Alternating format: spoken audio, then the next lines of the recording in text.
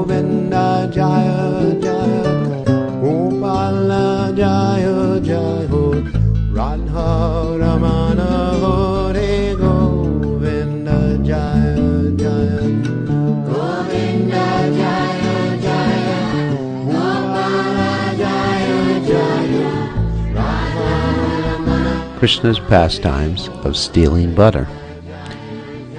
Krishna's pastimes of crawling about and drinking his mother's breast milk gradually stopped. Soon, he walked on his lotus feet and started stealing butter. Is there anyone who did not feel unlimited bliss when the Lord, who is the very source of bliss, enacted his childhood pastimes? One day, when no one was looking, Krishna began his pastimes of stealing fresh butter. Startled upon seeing his own reflection in a jeweled, inlaid pillar, he shivered in fear and said, "Oh, dear brother, do not tell mother. I will save some butter for you, and you may enjoy too." Watching her mischievous son from a hidden place, Mother Yashoda heard these sweet broken words with great relish. Then she innocently appeared before Krishna and Rama. Pointing to his effulgent reflection, Krishna said, "Oh, Ma, being very greedy, this boy came here today to steal your butter. Although I forbade him, he did not listen to me, and when I got angry with him, he also got angry. But I am not at all greedy for butter." One day, while Yashoda was outside the house engaged in some domestic activities inside the house, Krishna stole butter again. When Yashoda returned and called out, "Oh, my darling Krishna, where are you and what are you doing?" Hearing her, Krishna became afraid and stopped stealing butter. Pausing for a moment, he answered, "Mother, my hands started burning from the shining effulgence of my ruby bangles, so I stuck it in this butter pot to relieve the pain."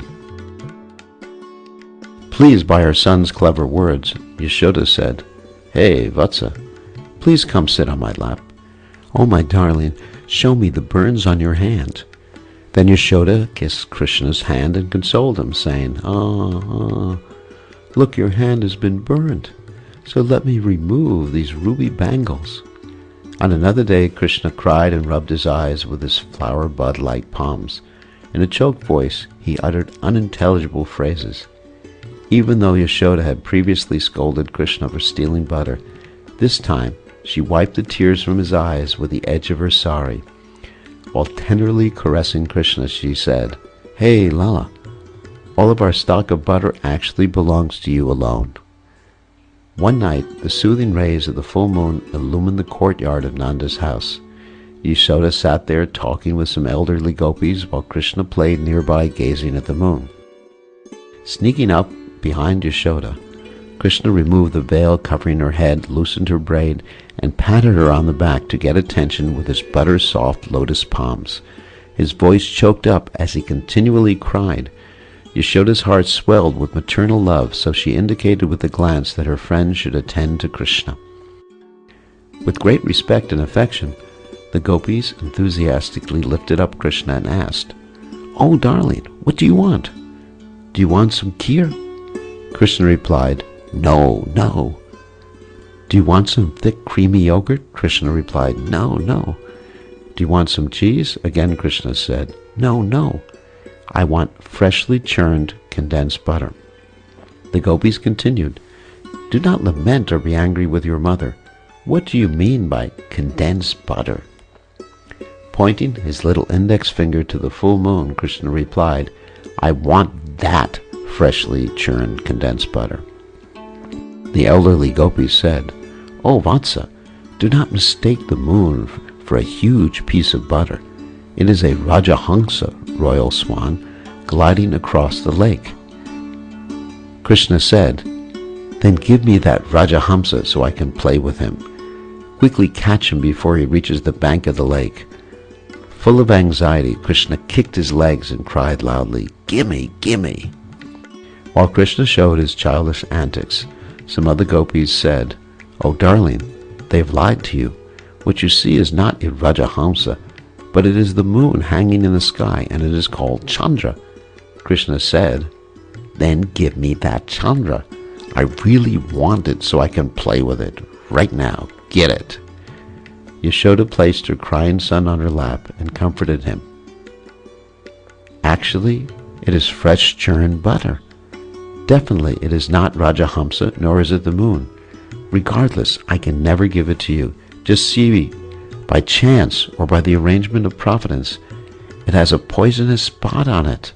Although it looks very tasty, no one in this world can eat it. Then Krishna said, Mother, Mother, why is it stained with spots of poison? What is poison anyway? Seeing a change in Krishna's mood, Mother Yashoda embraced him and spoke in a gentle, sweet voice. Listen attentively, my dear son. There is an ocean of milk called Dhira Damodara. Krishna said, Mother, please tell me about that. How many milk cows made that ocean? Yashoda said, Darling, the milk ocean was not made by cows. Krishna said, Mother, you are lying to me. How can there be milk without cows? Yashoda, the one who gave cows the ability to produce milk can also make milk even without cows. And Krishna said, Who is he? Yashoda said, He is the Lord, the cause of creation. He is Bhagawan. He is immovable and all-pervading. Although he is everywhere, I cannot show him to you. Krishna said, Well, Mother, are you telling me the truth? Yashoda said, Long ago the demigods and demons had a fight. To favor the demigods and bewilder the demons, the Lord churned the ocean of milk.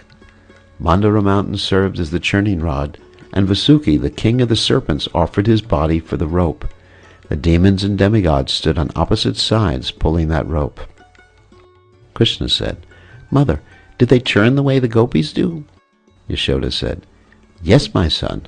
The churning of the Dhira Damodara produced a poison named Kalakuta. Krishna said, Mother, how did churning milk produce poison? Only snakes have poison. Yashoda said, Darling, Mahadev drank that poison, but the snakes drank the drops of poison that fell from his mouth. As a result, they now have poison. The poison rising from that milk is also the energy of the Lord. Krishna said, Yes, Mother, that is indeed true. Yashoda said, Darling, this condensed butter you are seeing in the sky is produced from that Dhira Damodara. That is why the moon is spotted with the remnants of that poison. Look carefully, do you see it? Therefore, do not try to eat that butter, but please take my freshly churned butter instead. After hearing this description, Krishna felt sleepy, so Mother Yashoda put him to rest on an opulent golden bed on a fluffy soft mattress whiter than powdered camphor. The next morning, Yashoda brought butter, yogurt, and other eatables to Krishna's room. Lovingly fondling his body, she said, Wake up. My God, you seem to be weak from not eating sufficiently yesterday. After Krishna awoke, Yashoda cleansed his mouth with scented water. Then she offered him a golden plate full of butter, yogurt, and other delights while saying, Oh, my beloved son, please take whatever you like.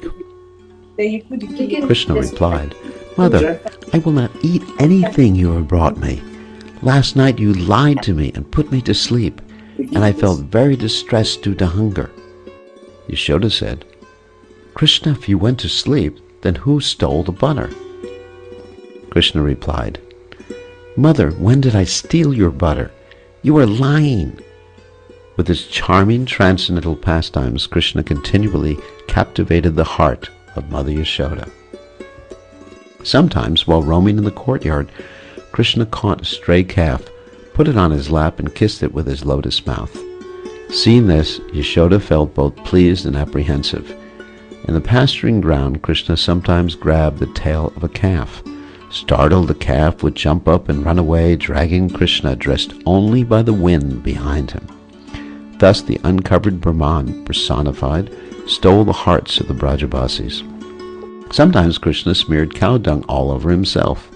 Seeing it as musk covering his body, the Brajabasis enjoyed a festival of beauty. How can there be any inebriety in the one who is beauty personified?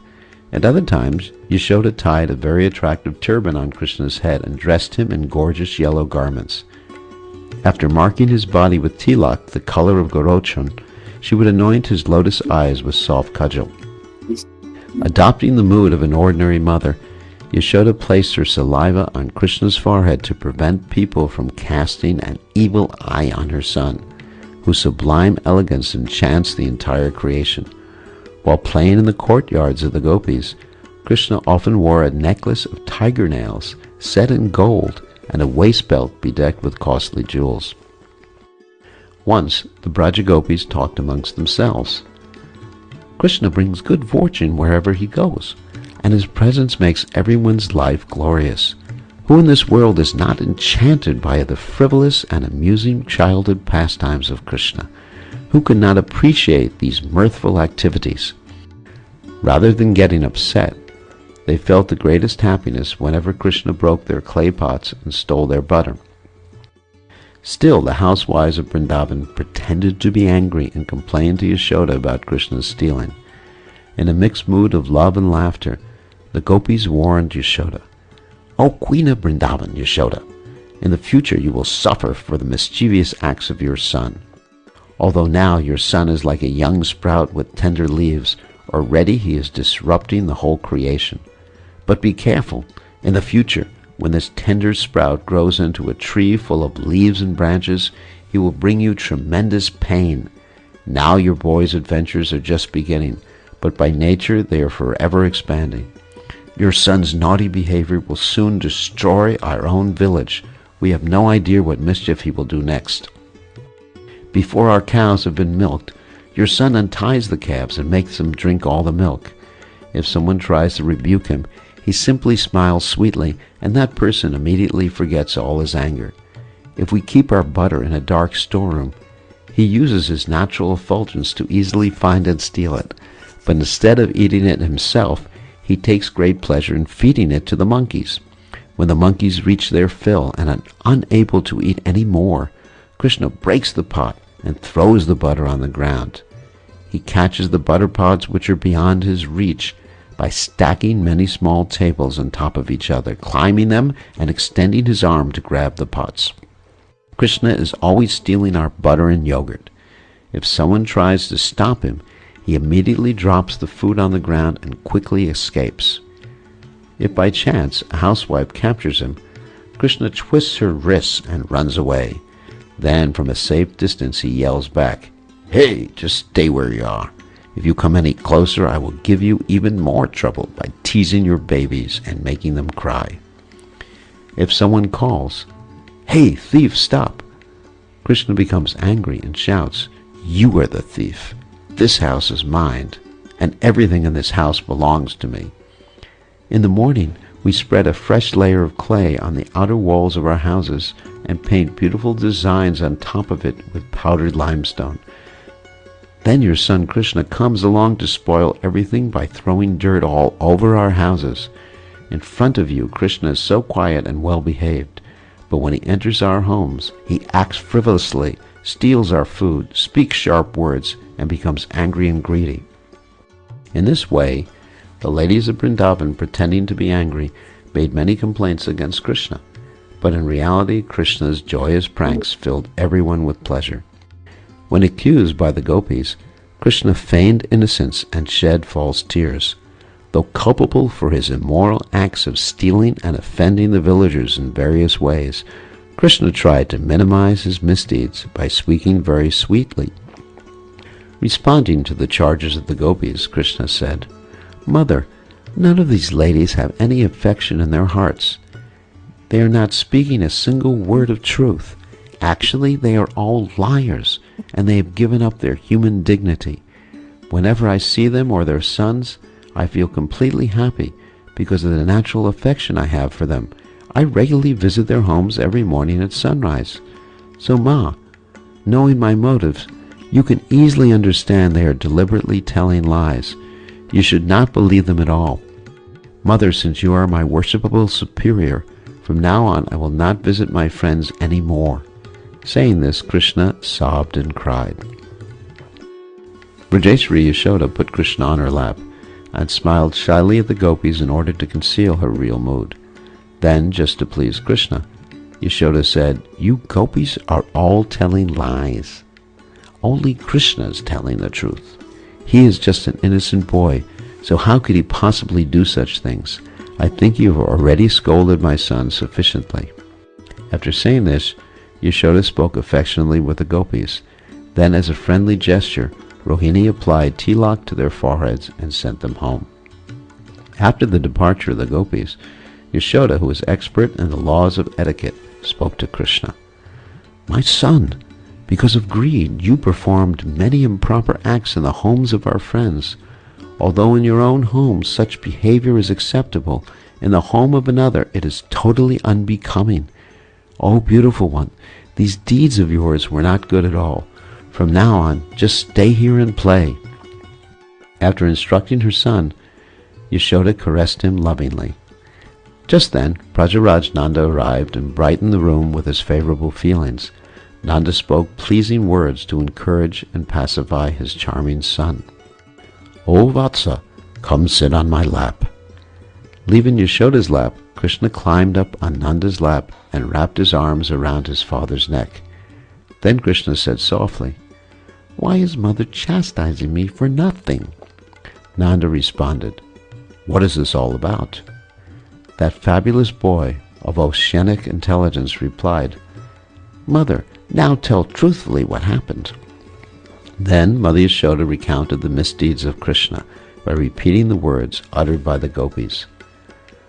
Pointing to Queen Yashoda, Rajaraj Nanda said, "My son is faultless. He has not done anything wrong. I always see him behaving nicely, by siding with those who make fun of him, and with those who showed envy toward my jewel-like son. You have wrongly accused my well-behaved son, and so you should be punished." Concealing his real mood behind these words, Nanda rebuked Yashoda and comforted his son. "Oh, my darling son, just stay in my lap and do not go to anyone else." Though hearing his father's words, Krishna immediately jumped off his lap, just like an unpredictable child, and quickly climbed on Yashoda's lap. Seeing this gave both parents a hearty laugh.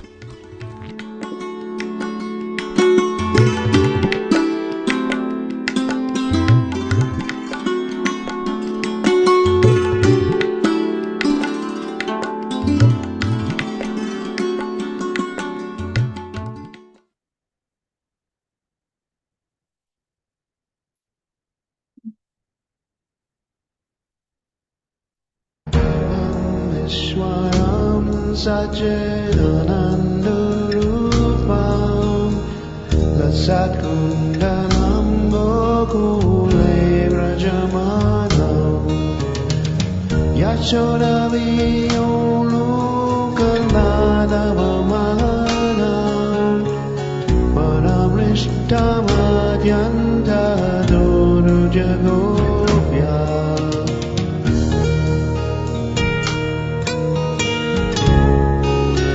Chapter 6. Binding Sri Krishna. Deliverance of the Yamal Arjuna trees. The following episode occurred one day during Krishna's transcendental pastimes in Gokula. Though any number of maidservants could have done this chore, Yashoda tactfully engaged them elsewhere in order to show her expertise in preparing butter. With her own hands, which appeared as soft and elegant as lotus flowers, Yashoda personally churned butter for her beloved boy. The beauty of her delicate arms put lotus stems to shame. As she rhythmically pulled the ropes back and forth, the jingling of her emerald-studded bangles resounded like the bells on the feet of a dancer. As Yashoda's hair loosened and became wet from the exertion of churning, it looked like the open tail feathers of a jubilant peacock. When her hair braid untied, the jewels, flowers, and peacock feathers decorating it fell on the ground. As shooting stars beautify the dense darkness of night, similarly these falling items increased the beauty of the earth. The necklace on her raised breast swung back and forth with the movements of her blouse. The shining effulgence emanating from her jeweled earrings appeared like a constant flow of nectar. Bathed in the sweet mellow of maternal affection, Yashoda's neck and shoulders looked exceedingly beautiful. The ornamental belt surrounding her highly raised hips appeared captivating. The radiant gems and tinkling bells on that belt further increased its elegance. Drenched in a river of devotional perspiration, Yashoda's delicate body looked delightful. The sweetness of this scene defeated the beauty of seeing a swarm of intoxicated bees buzzing over a blooming lotus flower. A loud sound resembling the roaring of the ocean rose out of the wide mouth of Yashoda's butter pot, the drops of yogurt spilling out of the pot and falling on the golden border of Yashoda's sari made it look even more attractive. As Yashoda passed the time remembering Krishna, she recalled the enchanting look in her son's eyes whenever he got caught stealing butter. At that time, he would proudly say, "Mother, you should know that I am expert in this art of stealing." Krishna felt hungry and anxious to drink Yashoda's breast milk. In a threatening voice, Krishna said, "Either you stop to feed me, or I will break the churning pot." Suddenly, the one who churns the hearts of everyone in creation forcefully caught the churning rod. Yashoda stopped. She sat Krishna on her lap and happily fed him. While gazing at his loosely hanging curly dark blue hair, Yashoda's heart swelled with appreciation of Krishna's wonderful, gentle nature. Just at that time in the kitchen, some boiling milk foamed up in a pot. Fearing that it might spill over, Yashoda left her son and ran to the kitchen. This deeply pierced the core of Krishna's heart. Becoming angry, he picked up a rock and broke the butter pot.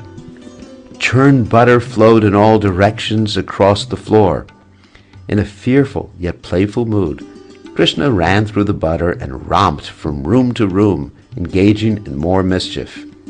Stealthily entering the milk storeroom, Krishna quickly ate small amounts of freshly churned butter from various pots. From relishing his favorite food, he soon felt satisfied and gave up his anger. Then Srihari, who was worshipped by all the demigods, snatched a pot of butter and ran into the courtyard. The pastimes of Krishna enjoyed at this time appeared to be classic performances on a dramatic stage. While standing on a grinding mortar in the courtyard and anxiously looking around for Mother Yashoda, Krishna fed fresh butter to all the assembled children and monkeys.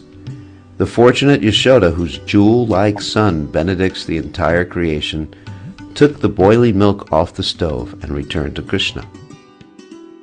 The fame of attaining Krishna as her son enhanced the brilliant beauty of Yashoda's body. She wanted to embrace her son and console him, but not finding him there, she became morose. In a mood of lamentation, she frantically searched everywhere for Krishna. She found some broken pots emitting innumerable streams of yogurt that flowed across the floor, making it slippery and white in color. Out of anger, Krishna had smashed many clay pots, which now lay strewn on the floor in hundreds of pieces. Mother Yashoda thought, "Alas, what has happened? Why is this yogurt pot broken?" At first she could not understand, but upon seeing a small rock, she concluded that Krishna had perpetrated this naughty act. With a look of surprise, Mother Yashoda touched the tip of her nose with the index finger of her beautiful left hand and thought, "How could my child show such impudence? I tried so patiently to train him properly, so how could he behave so horribly?" Although no impurities resided in her heart, Yashoda appeared to manifest a special form of motherly pride. Showing false anger, she thought, "The glories of my son's transcendental pastimes are unlimited. His every action increases his own pride and pleasure while simultaneously creating a festival for one and all. He derives boundless happiness by his constant pastimes of stealing." As soon as Krishna, who enchants the demigods with his beautiful body the color of a monsoon cloud, saw Mother Yashoda coming out of the house, he jumped up in fear and ran away as fast as possible. Expertly understanding the human-like nature of her son, Yashoda chased after him, calling, "Stop running! Stop! Oh, you foremost cheater in the world!" Krishna kept looking fearfully back over his shoulder while running away from Yashoda. Though Yashoda felt fatigued and mentally distressed, her body, arms, and legs looked very beautiful as she pursued her mischievous son. Full of pride and anger, Yashoda continued shouting to Krishna, "Stop, you thief and liar! How can you carry on like this? Where are you going? Just stop running and stand where you are." Krishna said, "I will stop if you drop your stick." After saying this, Krishna stopped running away, but kept a safe distance from his mother. Yashoda said, "If you are so afraid of being punished, then why did you break my yogurt pot today?" Krishna said, "I will never do it again. Now just drop the stick from your hand." Yashoda's mind turned into an abode of amazement as she tried to approach her son. But seeing her angry mood, Krishna quickly ran away again while speaking in a distressed tone. "Mother, please drop that big stick and do not punish me. O sinless one, if you do this, I will come to you." After hearing Krishna's innocent appeal, Yashoda dropped the stick. Seeing this, Krishna stopped running. Absorbed in watching Krishna's transcendental pastimes, the immortal denizens of heaven felt totally amazed. One can easily understand how powerful demigods like Lord Brahma, who lives for trillions of years, became upset and bewildered upon seeing Krishna's pastime of showing fear before his mother. They could not fathom how the Supreme Personality of Godhead, who is feared by fear personified, ran away in fear of a stick in his mother's hand. The fine hairs curling over Yashoda's face dripped with perspiration, and her blouse moved from her heavy breathing. Her hair hung loose from running, and her lotus face appeared exhausted. When she caught Krishna's hand, he said, "Mother, please do not beat me." While saying this, Krishna rubbed his tear-filled lotus eyes with its delicate palms, which resembled the petals of a fresh lotus flower. With a choked voice, Krishna slowly uttered some sweet yet indistinct words that came out from his beautiful mouth, like drops of nectar falling from the full moon. Indeed, it was a marvelous sight to see Krishna becoming overwhelmed in fear and crying helplessly. Yashoda thought, "If I do not bind him immediately, he may run away into the deep forest." Yashoda then brought a grinding mortar and considered how to bind the one of boundless glories.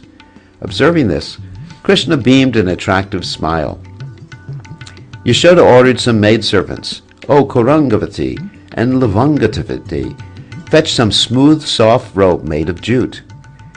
The attempt of Brajeshwari Yashoda to bind Krishna, the ever-well-wisher of the whole creation, immersed her in an ocean of joy. Soon, many opulently dressed elderly gopis, the embodiments of limitless motherly affection, came there along with several curious boys with clean, beautiful, curly hair. Mother Yashoda tied many ropes together, but they always measured 2 inches too short. Surprisingly, no matter how many ropes she collected, they remained 2 inches too short. She said, "Alas, this small distance seems to have become as vast as Brahma's universe. The Supreme Lord enacts this pastime by his personal energy to display his unlimited power." Observing this wonderful incident, the elderly gopis tried to relieve Yashoda's anxiety by saying, "O Yashoda, you are the most blessed one in creation. A minute ago you tied a small golden belt around Krishna's thin waist, but now you cannot bind him with all the ropes in your house. Despite the number of ropes you tie together, they always end up 2 inches too short. There is some strange cause behind this phenomena, so you better stop trying to bind your son." In great astonishment, Yashoda addressed the gopis. "O Braja gopis, I have no more ropes, so please bring all the ropes stored in your houses." It was not out of fear that the gopis gave all their ropes to Yashoda, but they did so in order to see Krishna's glorious transcendental character and relish his blissful pastimes. Feigning anger, Yashoda took all the additional ropes and tried again to bind her naughty son. While enjoying the scene, the The doe-eyed housewives of Vrindavan laugh quietly while secretly tasting a special joy in their hearts. All the blissful moods of spiritual love harmonized in Krishna's childhood pastimes. Though Krishna's hands were very delicate, his eyes soon pained from continually rubbing the tears falling from them. In a choked-up voice, he spoke some richly sweet words that captivated the minds of all. Finally, Krishna cried in a gentle, honey-sweet voice. Empathizing with Krishna, close friends like Subal also wept with their bosom friend.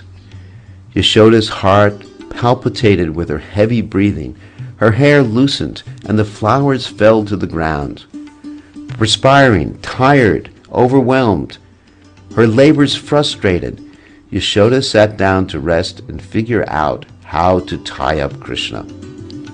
A short time later, she tried again to bind her matchless son. The elderly gopis, having lost all desire to return to their homes, stood motionless while staring at Krishna with unblinking eyes.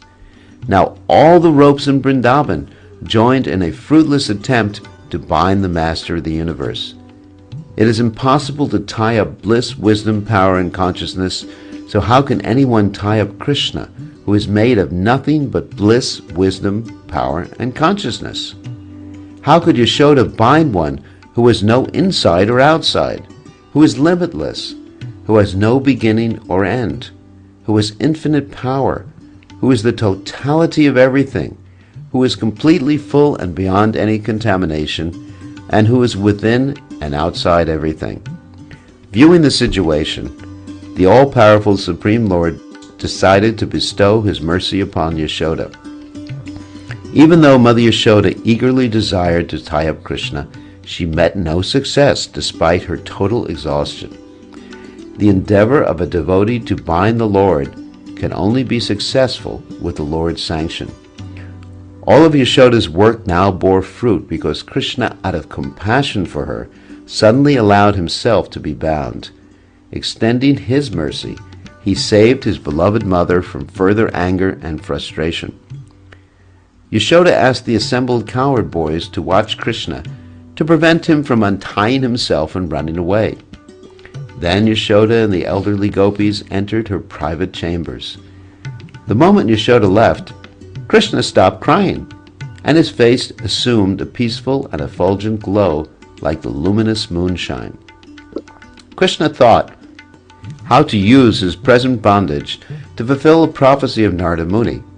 Previously, Narada had cursed two intoxicated and indecent demigods named Nalakuvera and Manigriva to become trees. Deciding to bestow his mercy upon them, Krishna dragged the grinding mortar tied to his belly along the ground toward those two trees. Krishna's playmates cheerfully followed him. From a distance, Krishna saw the two trees connected at the root. Similarly, a student will understand that Prakriti and Purusha originate from one source. As Karma Kanda and Adiranjana Kanda are separate paths, the two trees had different trunks. The Sama and Yajur Vedas have various divisions, and similarly, the two trees had many branches. As a great king has the qualities of valor and achievement, as a mountain range possesses steadiness, and as a cluster of clouds is laden with showers, similarly, these two trees displayed an abundance of natural opulence. The demigods embodied in the two trees had become purified by suffering many years in that way, just as clouds abound in the rainy season and as water becomes clear and pure in autumn. As the universe is vast and broad, these trees stood stout and strong. Known as a pair of Arjuna trees, they reminded everyone of the great heroes, Arjuna and Kartavira Arjuna. Like Nikula and Sahadev, these two trees were also twins. Seeing Krishna moving towards the huge trees, his friend said, "Perhaps Krishna cannot tolerate the scorching sunshine, so he is seeking shelter under those shady trees." While his friend spoke thus, Krishna pulled the mortar over, and it got caught between the two trees. He who annihilates all pretenders appeared splendid with his curly hair hanging loosely over his shoulders. Though Krishna's body is pure and spotless, His character is colored with wonderful colors or rasa. With a slight jerk of the mortar, Krishna easily uprooted those huge trees in a moment. A loud cracking sound filled the air when the trees split open. As a person pokes a hole in a clay pot, that unique vibration, which conquered all other sounds, raced through the sky to puncture a hole in the coverings of the universe. The sound exactly resembled the terrible noise produced by the fierce thunderbolts crashing at the time of devastation. Krishna remained calm and joyful amidst the tremendous tumult. Krishna is eternally free, but he appeared to be bound to a grinding mortar. His character is eternally pure, but it was stained by his pastimes of stealing. Although he can liberate anyone trapped in material existence, he was bound by the loving affection of his mother. At that time, two effulgent persons emerged from the trees. Delivered from their curse, the two demigods offered prayers to Krishna. O embodiment of eternity and boundless bliss, you appear more attractive than a cluster of soft, beautiful, dark blue rain clouds. All glory is to you. All glory is to you. No one can understand the mysteries of your transcendental pastimes. You have appeared on earth just to enact your splendid spiritual sports. Along with your appearance came many mighty demons eager to fight with you. However, you always exhibited greater power and easily defeated them in an artistic fashion. Even though just a tender boy, you have personally uprooted these two massive Arjuna trees. You are definitely one without a second.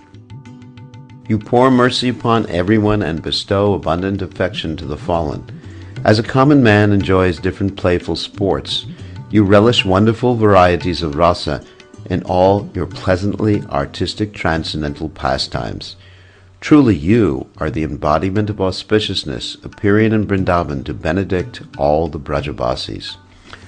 The moon, lord of stars, becomes totally afflicted upon seeing the beautiful radiance of your moon-like face.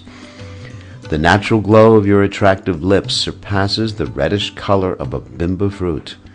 You delight learned sages by cutting the dense vines of ignorance with the axe of your mercy.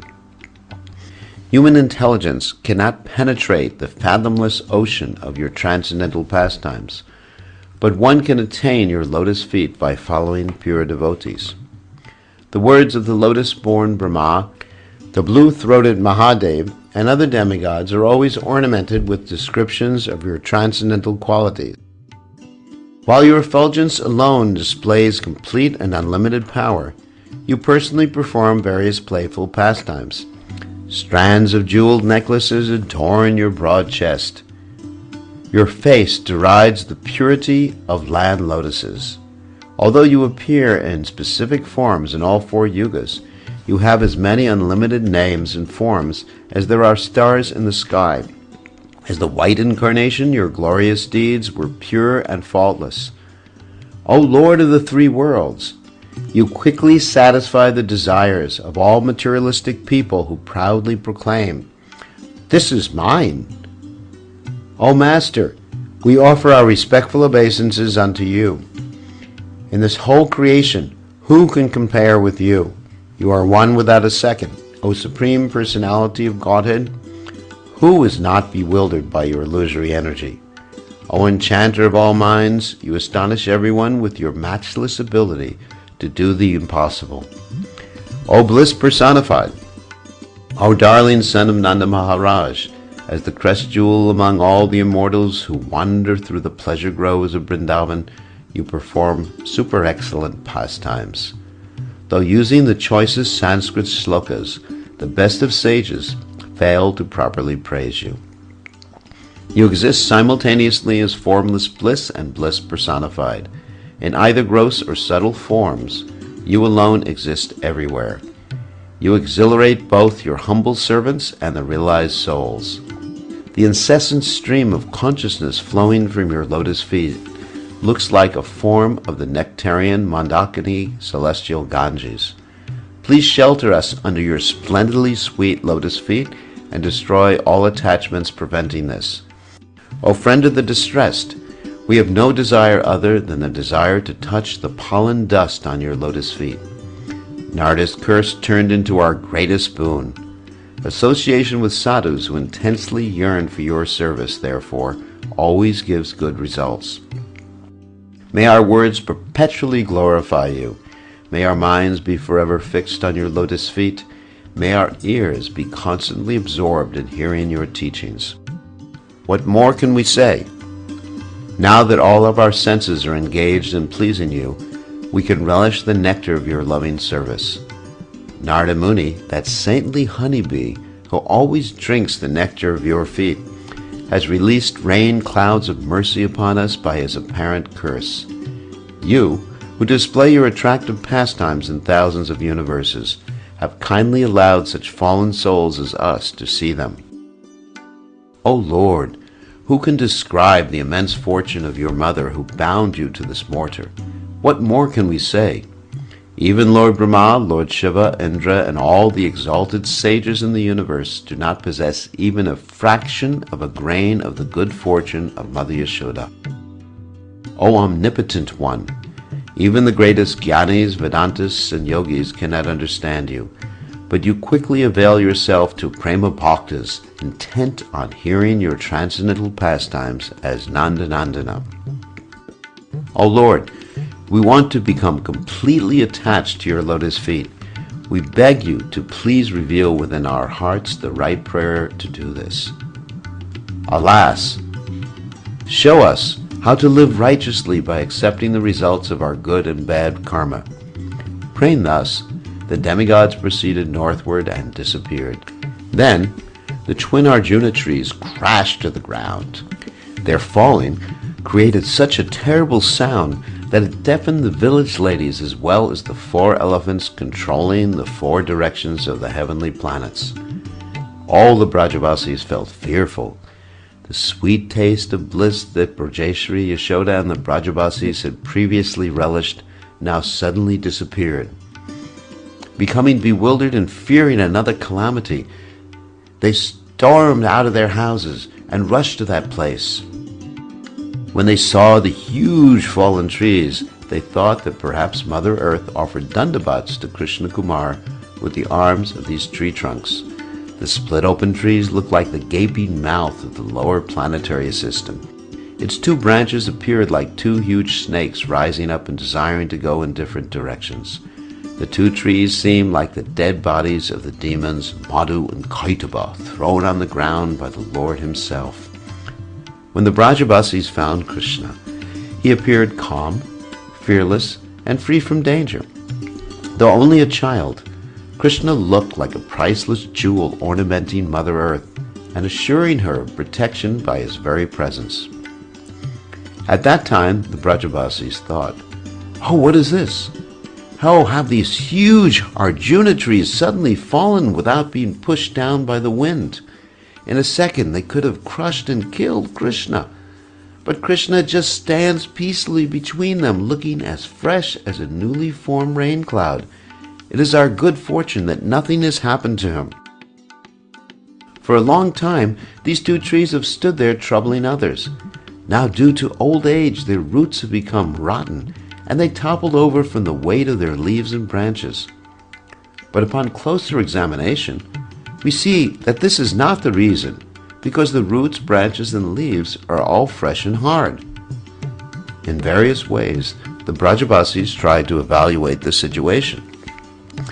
While deeply drinking the pure nectar of Krishna's wonderful pastimes, Nanda Maharaj's face beamed with transcendental delight.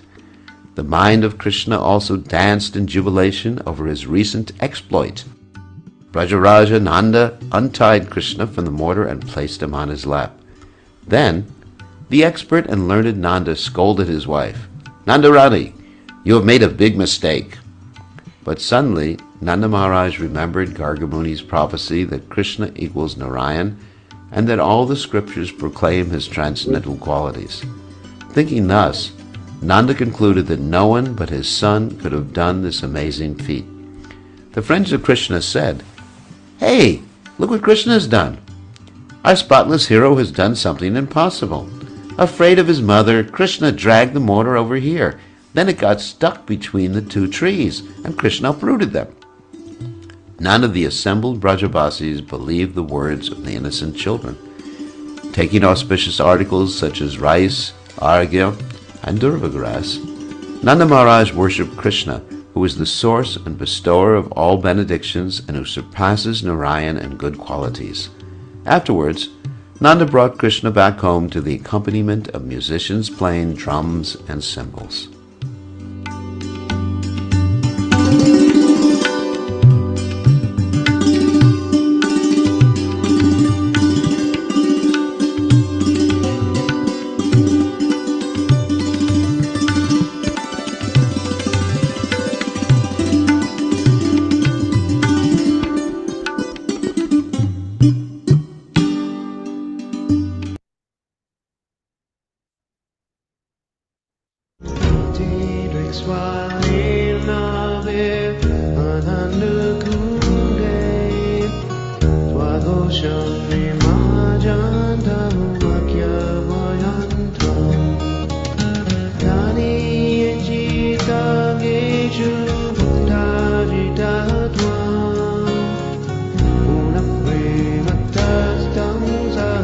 Bartering for fruits. One day, a fruit vendor, well versed in moral laws, stood outside Nanda's gate trying to sell fruits. Hearing her calling for customers, Krishna came out to see. The fruit vendor was enchanted by seeing the 2 pink lotuses of Krishna's feet. In the cup of his small lotus hands, Krishna brought some food grains to trade for fruits. By the time Krishna reached the fruit vendor, however, most of the grains had already slipped out of his hands. The melodious jingling of Krishna's golden ankle bells captivated the ears of the fruit vendor.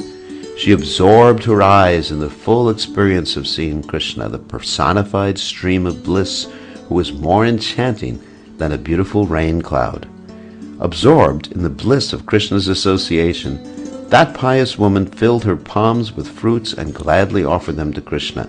At that moment, the fruit remaining in her basket magically transformed into costly gems and jewels.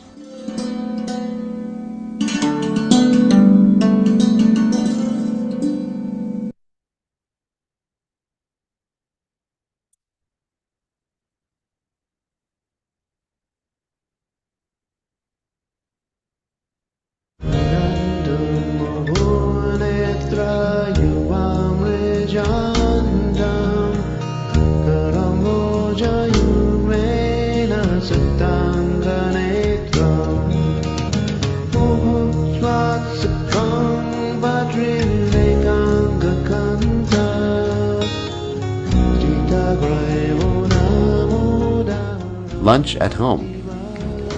One day, Krishna, Balaram, and the cowherd boys wandered into the forest and started playing. Krishna looked as beautiful as a freshly formed rain cloud. They spent many hours in fun sports and games. Desiring to see their beautiful forms and pastimes, Yashoda sent Rohini to bring Krishna and Balaram back home. Rohini Devi, the reservoir of unlimited piety and qualities, ran out of the house to perform this task. Seeing the boys from a distance, she called out, "Have you forgotten to come home due to your absorption in playing? You are perspiring profusely and must be famished from so much playing. Now stop playing and come along with your enchanting elder brother and friends.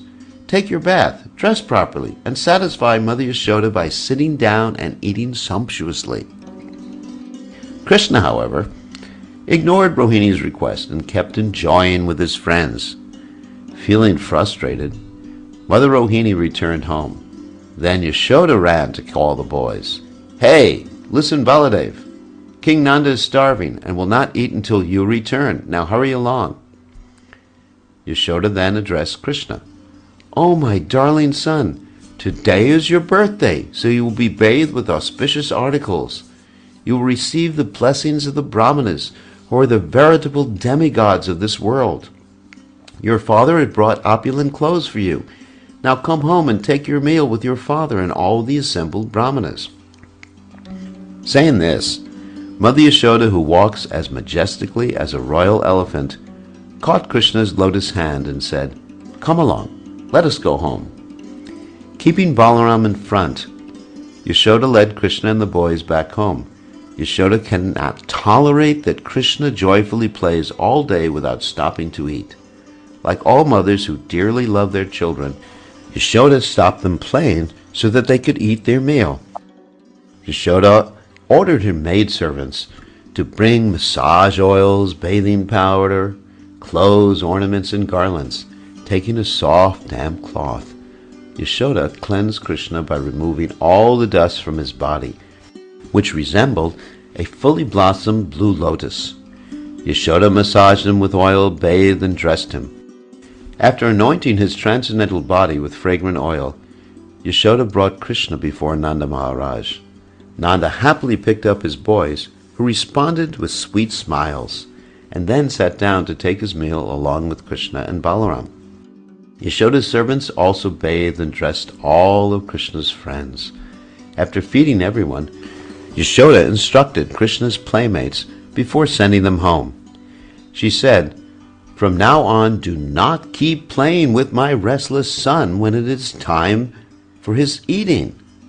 At that time, you should stop and quickly return to your homes." Out of love for his friends, Krishna walked with them for a short way before bidding them farewell.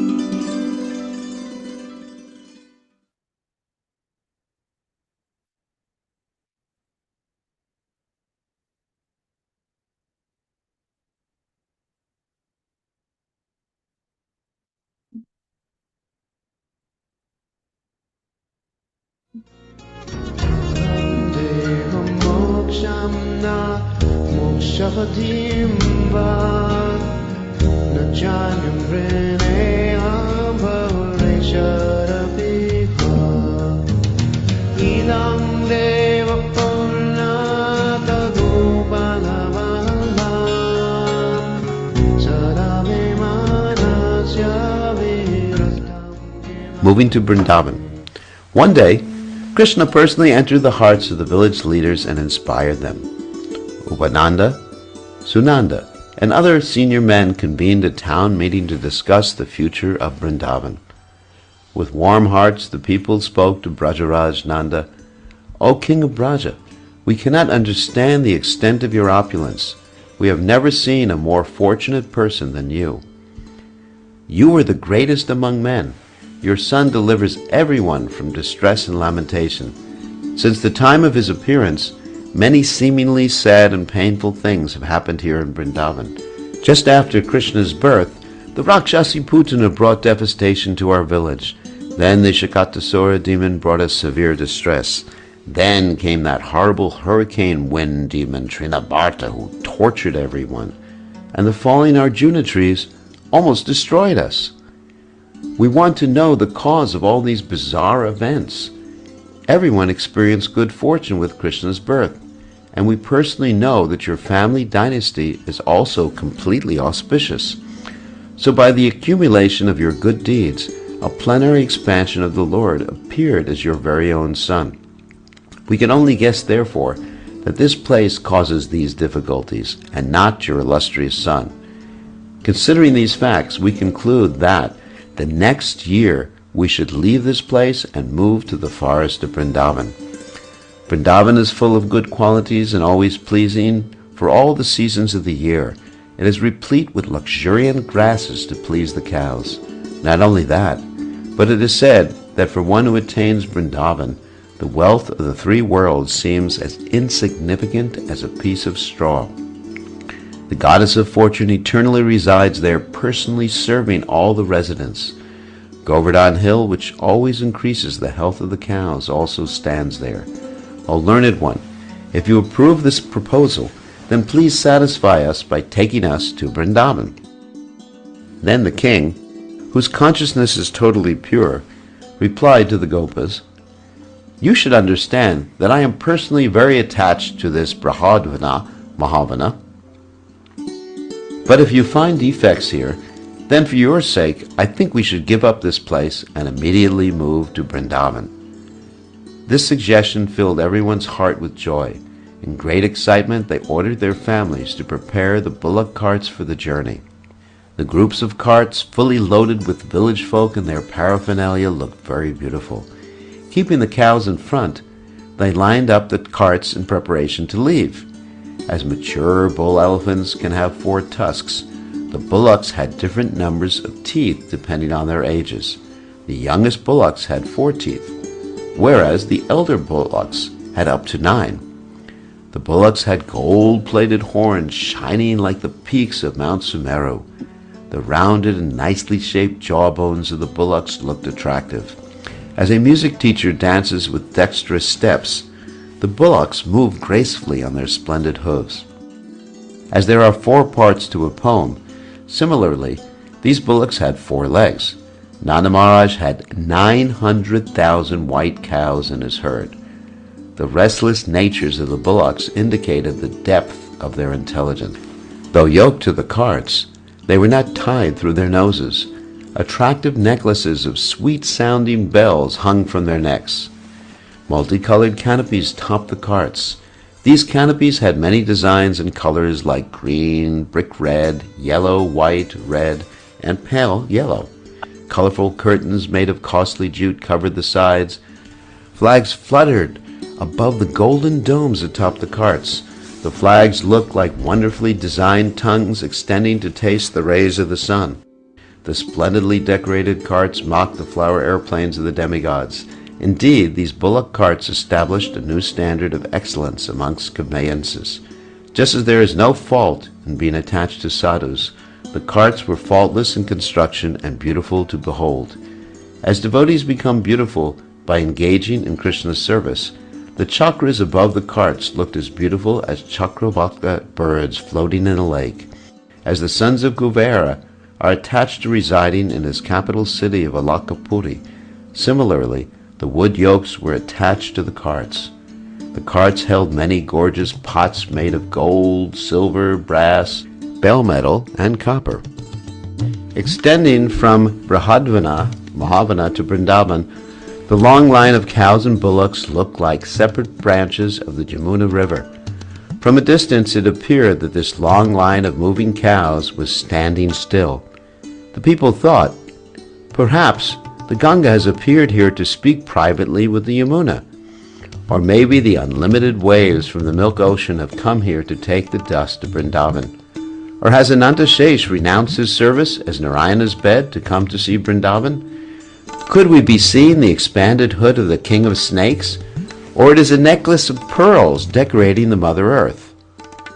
The long line of carts topped with glittering golden domes and multicolored flags flapping in the wind looked like a vast wall containing many tall golden doors surrounding a city palace. They looked like a small mountain range appearing as the offspring of Mount Kailash, Mount Sumeru, and the Himalayas coming to play with the Yamuna. Taking compassion on this tiny mountain chain, Indra withheld his anger and refrained from cutting off their wings with his thunderbolt. The furrows left in the earth by the wheels of the carts looked like the walls of a castle rising in the air but having no support. One time Mother Bhumi took the form of a cow to beg Krishna to remove the distress she felt from the burden of demoniac kings. It seemed that Mother Earth had again appeared in her original form as a cloud of dust. Rising in the sky above the carts, she seemed to be reaching for Brahmaloka. In this way, people viewed the long line of bullock carts moving towards Vrindavan. Many coward men simultaneously shouted orders to different people. All the words merged into a mass of indiscernible noise. Except with hand gestures, communication was impossible in the clamor. The combined vibrations of carts, people, drums, and the bellowing of cows silenced all other sounds. At last, all those sounds merged quietly within the ethereal element. Learned men proclaim that sound is a byproduct of ether. Boarding their cart, Yashoda and Rohini appeared like two valuable jewels. The cart itself looked like a mountain cave, enacting a pastime of displaying its storehouse of costly jewels in the form of these two lovely ladies. Their sons, Krishna and Balaram, shone as the embodiments of benediction for the three worlds. With their all-auspicious sons sitting on their laps, the two mothers achieved all perfection and looked very beautiful at the same time. Yashoda and Rohini simultaneously glorified Krishna. From a distance, it seemed that they were quarreling. Hundreds of armed sentinels stood guard around the carts. When the bullock procession left Mahavana, it looked like the personified wealth of the capital had suddenly risen to touch the sky. It seemed that the goddess of the city personally led the way to beautify the journey. All that was left of the capital was the land. At that time, the advance party of Nanda Maharaj returned from Vrindavan to join the procession. Since such a vast party could not cross the Jamuna before sunset, they decided to camp on the banks of the river. The elderly cowherd men, even without receiving Brajaraj Nanda's order, erected their tents and prepared for the night. Invisibly, the goddess of the city helped everyone quickly establish his habitat. Please hear about that splendid city which arose on the bank of the Yamuna. A kaleidoscope of colorful tent canopies covered the 10 directions. The cowherd men expertly erected walls made of cloth to surround that temporary city of tents. As in an ordinary city, they made 4 pathways bisecting the 4 directions. They also established footpaths and marketplaces to facilitate the residents. While sitting under the evening sky, chewing their cud, the numerous white cows looked like a collection of soothing moon rays or a small lake of milk. As more and more cows sat amongst them, that lake expanded to appear like an ocean of milk. Sunanda, Upananda, and other respected relatives met and conversed with Nanda in his tent. Afterwards, they went to their own tents. Meanwhile, they unloaded all the necessary items from the carts. After unyoking the bulls, the caretakers fed them and let them rest. The servants busied themselves buying and selling different products, while the kitchen helpers cleaned and prepared for cooking. After spending 12 hours moving across the sky, the weary sun god happily met with his wife in the form of the westerly direction. Birds chirped excitedly and soared through the sky before securing themselves in their nests for the night. The peacocks flew up to perch in the treetops. Due to frolicking all day, the deer felt tired and walked lazily along the Jamuna. Intoxicated honeybees trapped themselves in closing lotus flowers. As a woman conceals herself before running off for a lover's tryst, the presiding devis of the directions covered their faces with a blue veil of darkness. Night-blooming red and white lotuses welcomed the evening with blissful smiles. Separated from their lovers, the Chakravaka birds wailed piteously. As the day's heat abated and evening approached, no one could clearly distinguish the forms of the men or the cows. Under the dim light of the twinkling stars, the shadows of the cows appeared to be fat and short, while those of men looked long and tall. As the starlight increased, the shadows of the humans grew larger and larger. Just as a charitable man distributes his compassion to one and all, the many lamps in the campsite diffused their light in all directions. Posted sentries guarded all the roads. The natural beauty of the evening appeared like a goddess eager to serve Sri Krishna. Satisfied by eating their fill and seeing their calves standing nearby, the cows stood peacefully while the cowherd men milked them. The milking of so many cows produced a tremendous sound that resembled the vibration created at the time of churning the ocean of milk. Krishna derived great pleasure from hearing that beautiful, sweet, deep sound. While milking the cows, the gopas loudly called their names, "Hey, hey, Davali, Stavali," and the cows responded by mooing. The men affectionately fondled and caressed the cows as they gathered around them. After taking their evening meal, the Brajabasis relaxed and happily wandered about the campsite. The sentries showed off their techniques for staying awake through the night. Seeing this, the Brajabasis felt confident of their expertise, so they returned to their tents for a peaceful rest. 3 hours before sunrise, the wives of the Gopas woke up, bathed, dressed in clean cloth, and performed Vastu Puja. They then churned butter while singing many enchanting songs glorifying Krishna. The sound of the gopis' jeweled bangles and ankle bells blended harmoniously with the deep, melodious sound emanating from the large churning pots. That auspicious vibration easily removed all misfortune from the universe. The directions amplified that sound by responding with their echoes. Considering it improper to spend any more time with their husbands, the demigoddesses woke up at once. They then listened with rapt attention to the sweet sound of the gopis churning butter.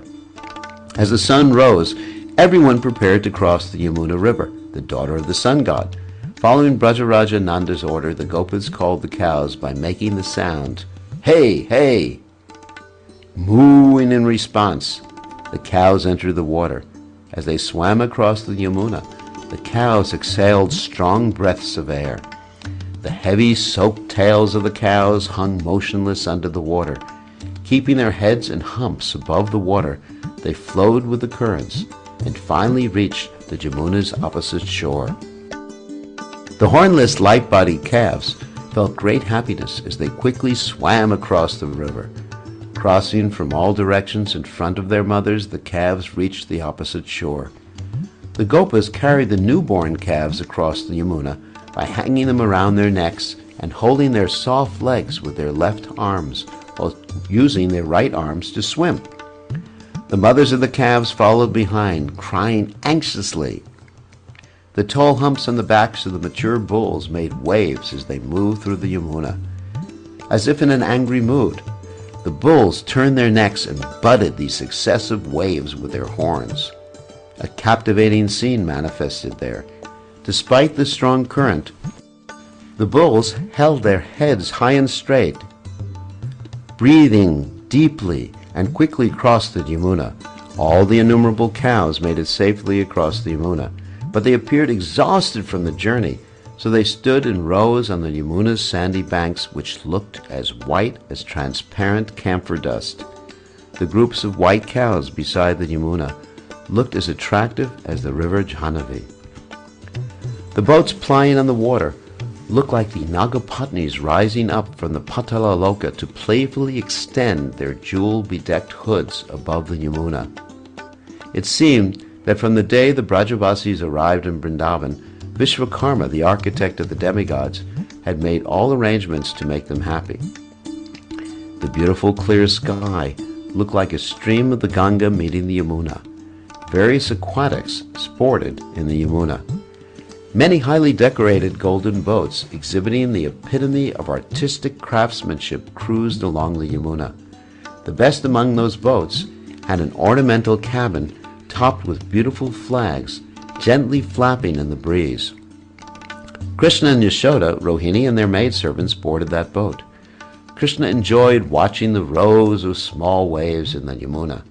The wonderful effulgence of Krishna's body enhanced the beauty of Yamuna and made it look like a sparkling gem. Leaving Yashoda's side, Krishna leaned over the edge of the boat. While supporting himself with his left hand, Krishna stretched his right hand under the water to touch the bottom of the boat. Anticipating some danger, the two mothers tried unsuccessfully to stop Krishna from his frivolous play. With great concern, Nanda boarded the same boat, quickly picked up Krishna and sat him on his lap. Undisturbed, the boatmen continued rowing steadily across the Yamuna. The remaining men and their families boarded other boats and happily crossed the river Yamuna. After ferrying all the people, the boatmen used boarding platforms to load all the bullock carts and cross the river again. Brajaraj Nanda satisfied the boatman with valuable clothes and ornaments.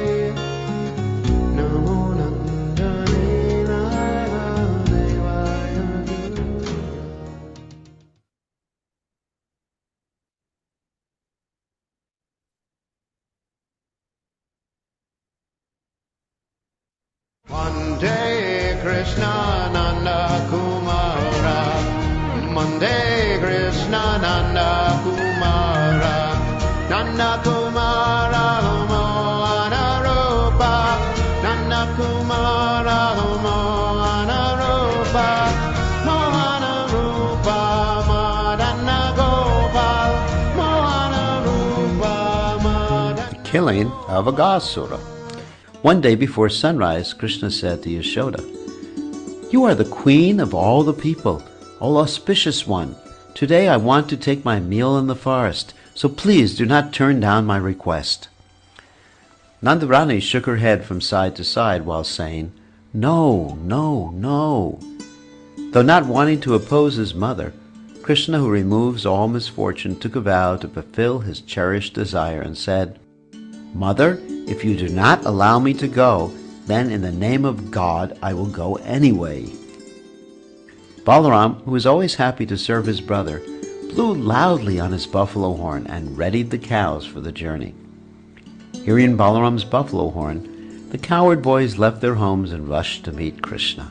Then Krishna, the supreme controller of the three worlds, asked Yashoda, "Please make us happy by giving us a variety of foodstuffs."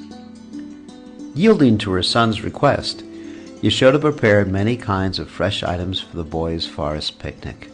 She made superbly thick yogurt that appeared like a vast ocean of cream, and heaps of soft, delicate butter that looked like slices in the moon. The rubbery appeared like foam on an ocean of shira. The chunks of cheese challenged piles of snow. Even the eyes of the demigods bulged joyfully upon seeing the koya.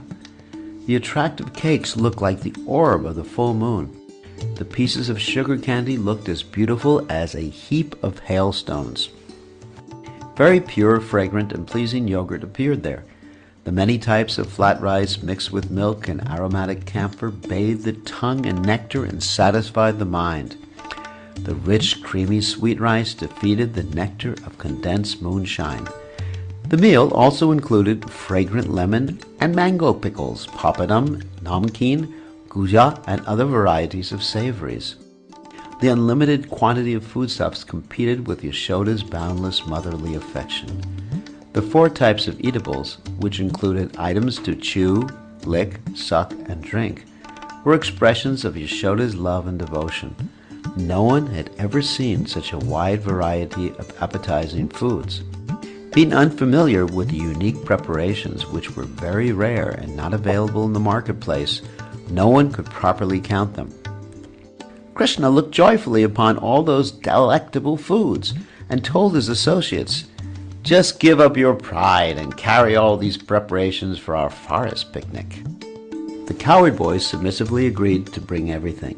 Then Krishna, whose super excellent enchanting beauty puts millions of cupids into distress, continued, "Oh friends, the hearts of mental speculators will never melt because they are hard and dry, and if you walk behind the calves, the dry and hard foodstuffs that you are carrying will not melt." Krishna divided the load of edibles equally among his friends. Seeing this, Mother Yashoda brought even more food items to distribute. Each boy carried a stick balanced on his shoulder with pots of foodstuffs tied on the ends. After decorating Krishna with a garland of fresh forest flowers, Yashoda handed him his celebrated flute. Due to Yashoda's deep affection for her beloved son, milk automatically dripped from her breasts and wet her blouse. Yashoda and the other mothers walked a short distance with the thousands of boys moving behind the thousands of calves. Just at that time, an astrologer arrived, announcing that a yajna must be performed to appease the stars and planets. Taking his mother's permission, Balaram stayed home to attend the astrologer. Krishna continued to walk along with the calves and cowherd boys. He carried a flute in his tender leaf-like left hand, an elegant stick in his right, and an enchanting buffalo horn tucked in his belt. A peacock feather crown rested on his splendid curly locks. An attractive gunjamala hung from his neck. A pair of earrings dangled from his ears, and sparkling rings adorned his fingers. As Krishna ran along with the cowherd boys, A Vaijayanti garland swung gracefully across his chest, graced with a splendid golden line. Actually, Krishna did not like gem-studded armlets, jeweled bangles, and the other valuable ornaments given by his mother. He preferred to wear the simple natural decorations produced from Braja's forest flowers, leaves, unguents, and mineral powders given by his beloved friends. The Gopa boys looked very attractive with the sticks of foodstuffs suspended over their shoulders and buffalo horns, panpipes, and flutes tucked in their belts. They wore gunjaberry ear ornaments and peacock feathers in their topknots. Wrapped in yellow cloth, their thin waists looked very pleasant and handsome. They wore armlets, bangles, earrings, necklaces, waist belts, ankle bells, and jewels tied with black strings looking like creepers. Krishna absorbed himself in sporting with his friends and calves. For a long time, Mother Yashoda curiously watched the boys play and wander behind the calves. Driving the calves forward, Krishna walked behind. As peacocks danced jubilantly upon seeing a monsoon cloud and lake-bound lotuses open to drink the sun rays, Mahadev, Brahma, Indra, and other self-satisfied demigods hid behind the clouds to view the breathtaking pastimes of Krishna. Lord Brahma was especially enthusiastic to witness the festival of Krishna's taking out the calves. Whenever Krishna sped ahead to a distant place, the coward boys scurried behind him, shouting excitedly, "I will touch him first." "Oh, no, you won't. I will touch him first." Upon reaching Krishna, they impelled him to choose the winner. The cheeks and lips of the Lord bathed in the nectar of his broad smile as he responded to his friends. "It does not matter who got here first, because somehow you have come here and met me." While rambling through the forest, one boy stole another boy's lunch package and passed it to a third. And when the boy discovered his lunch bag stolen, he tried to revive it, but the thief would throw it to another. After stealing someone's lunch bag, they quickly took some food from it and replaced it with their own. The boy who lost his food smiled upon getting it back. Some boys snatched each other's horns, flutes, or herding sticks. One boy stole a second boy's gunjamala, and then a third boy would steal the mala from the second, and then a fourth boy took from the third. Finally, after a short time and a few scuffles, all the boys recovered their personal belongings. In this way, Krishna's friends enjoyed the festival of stealing. While the calves grazed in distant places to relish fresh green grasses, the Gopas leaned their poles against the trees and rested in the shade with Krishna. Then, for the pleasure of Krishna, they invented various games. Seeing an intoxicated peacock dancing nearby, the boys mimicked its jerky neck movements. Contracting their bodies in funny poses, they attempted to imitate the ducks sitting in the marsh. Some boys played with frogs, and when the frogs jumped in the water, the boys immediately dove in after them. When birds flew overhead, the boys ran after their shadows on the ground, trying to follow their exact courses. They scared the monkeys by exactly imitating their facial expressions and pulling their tails. When the monkeys climbed the trees, the boys followed and jumped with them. Some boys sang and danced with exaggerated steps, while other boys laughed at their antics. One boy pretended to be an emperor, and others adopted the roles of his subordinate kings and ministers. A coward boy constable caught a boy disguised as a thief, while others angrily chided him. One posed as a judge and sentenced that thief. Two boys acting like lambs charged and butted heads, while an audience of boys cheered the contest. One boy roared like a tiger to frighten the innocent coward boy lambs. Sneaking up from behind, one boy covered the eyes of a friend with his palms and said, "Guess who?" As lion cubs frolic in a forest, and as intoxicated baby elephants play with their parents, the coward boys of Braj, the personified forms of bliss, joyfully sported with the Supreme Lord appearing amongst them as a simple village boy. Krishna, who killed demons while tending the calves, who was inconceivable to peaceful, self-controlled persons, and who was always restless, looked like a dark cloud floating across a moonlit sky as he moved behind the cows. In this way, Krishna and the cowherd boys spent their time absorbed in play and merriment. The cowherd boys joke with one another, "Oh, brothers, let us see who can run the fastest, Krishna or us." Krishna kept the lead as they raced a short distance. They stopped abruptly, however, upon noticing a peculiar sight. It was a demon, the younger brother of Putana and Bakasura, whom Krishna had recently vanquished. Burning with anger and lamentation, that demon had come to Vrindavan to avenge the loss of his relatives. The nasty, vicious demon assumed the form of a gigantic, envious python with a huge mouth extending from the surface of the earth to the heavenly planets. At every moment, his hideous body continued to expand. His vast, gaping mouth seemed to swallow the whole creation along with all of its moving and non-moving living entities. Brahma and all the demigods shook in fright at this embodiment of sin, Aga, who was appropriately named Aghasura. Awestruck and bewildered by what they saw, the cowherd boys said, "Oh, look! What is this strange mountain cave? Just examine closely and try to figure it out. Who on earth will not be curious upon seeing this unusual cave? From long neglect, the cave looks like the deep mouth of a huge snake. The twin mountain peaks appear like two rows of teeth. The two vines dangling in the breeze by the opening of that cave seem to be the frightening forked tongue of a snake.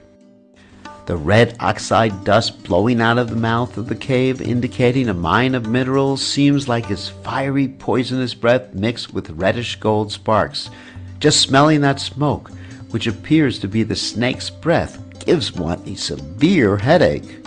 The vines and creepers surrounding the cave, which look like hands waving us into it, appear like the ugly veins and arteries around a snake's gaping mouth. The two dazzling ruby boulders resting just above the mountain cave appear like the beautiful eyes of the snake, waiting to mesmerize anyone who glances at them.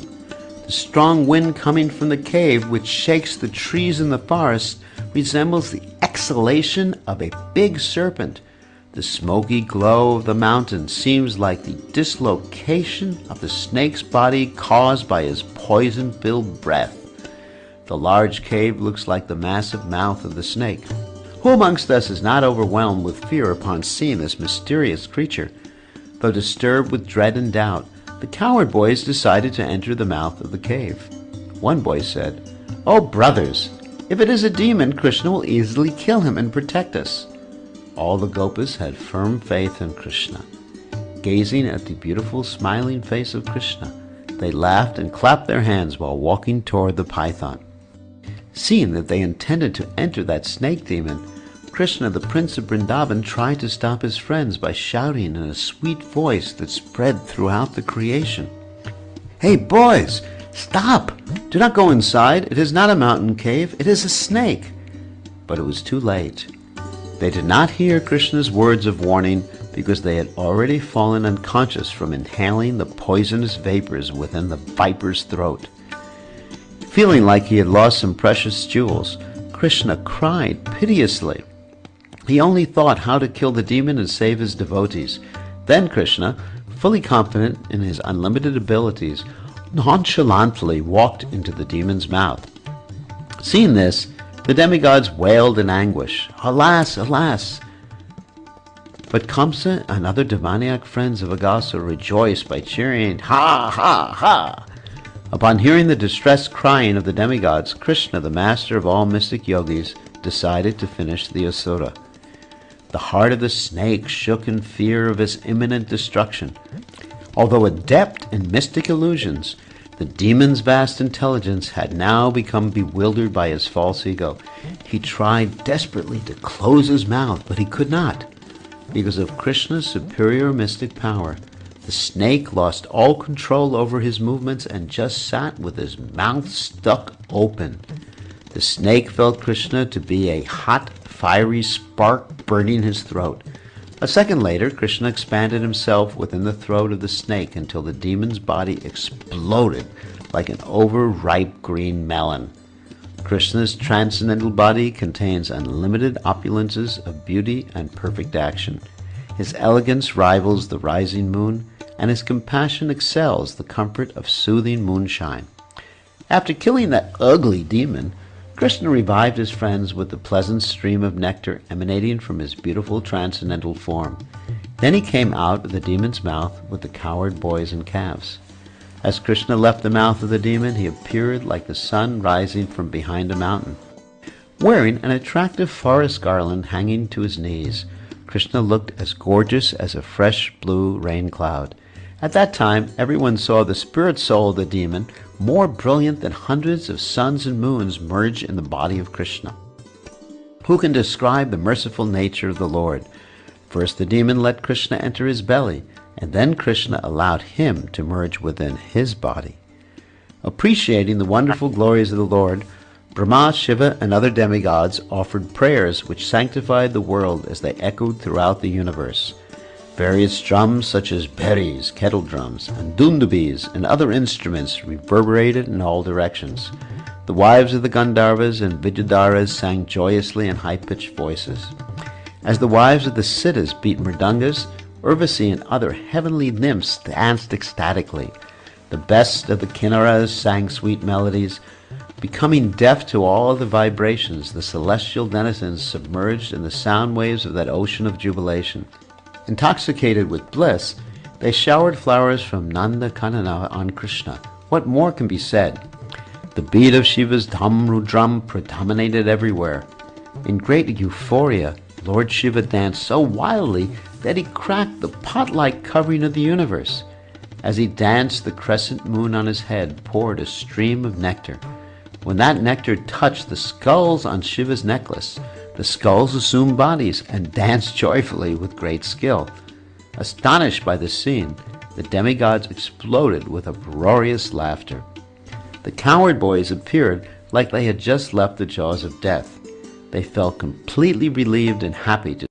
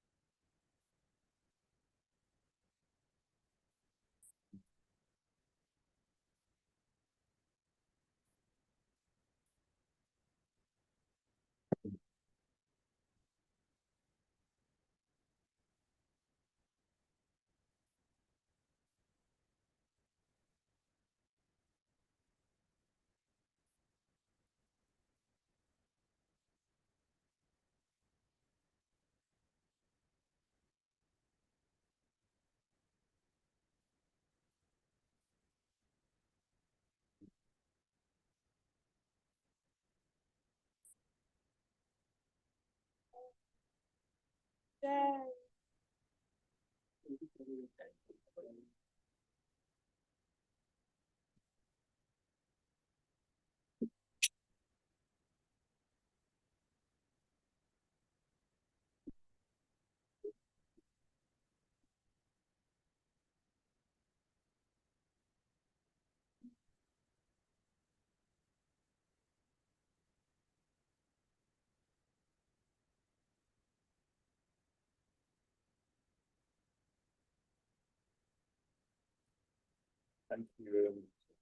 you.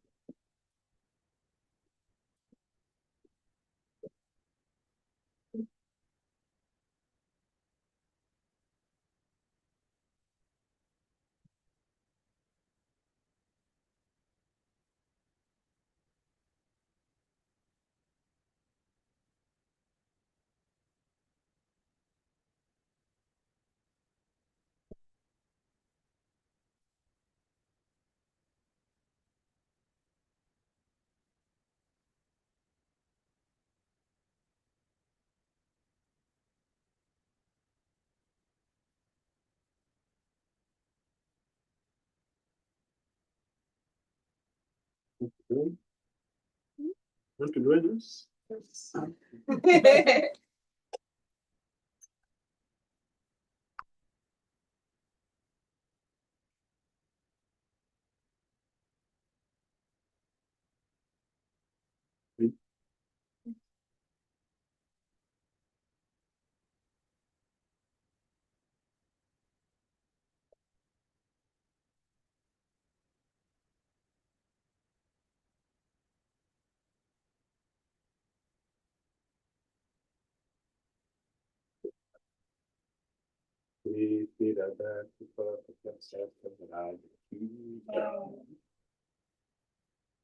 Muninja Vrindavanti Chiloka Shoka Harini Prasannavatраvan Kaji Nikunjavu Vilasini Vajendra Banu Mandini Vajendra Suna Sangati Kadakarisha Siyamam Kripavatasya